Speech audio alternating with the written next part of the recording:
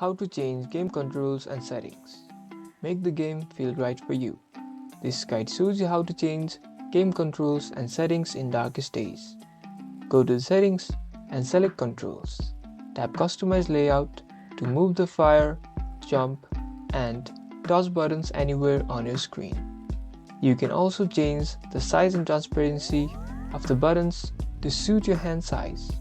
If your aim feels slow or twitchy, adjust the camera sensitivity. We recommend a lower sensitivity for aiming and a higher one for general camera so you can quickly turn around when zombies sneak up on you. Check the auto fire setting.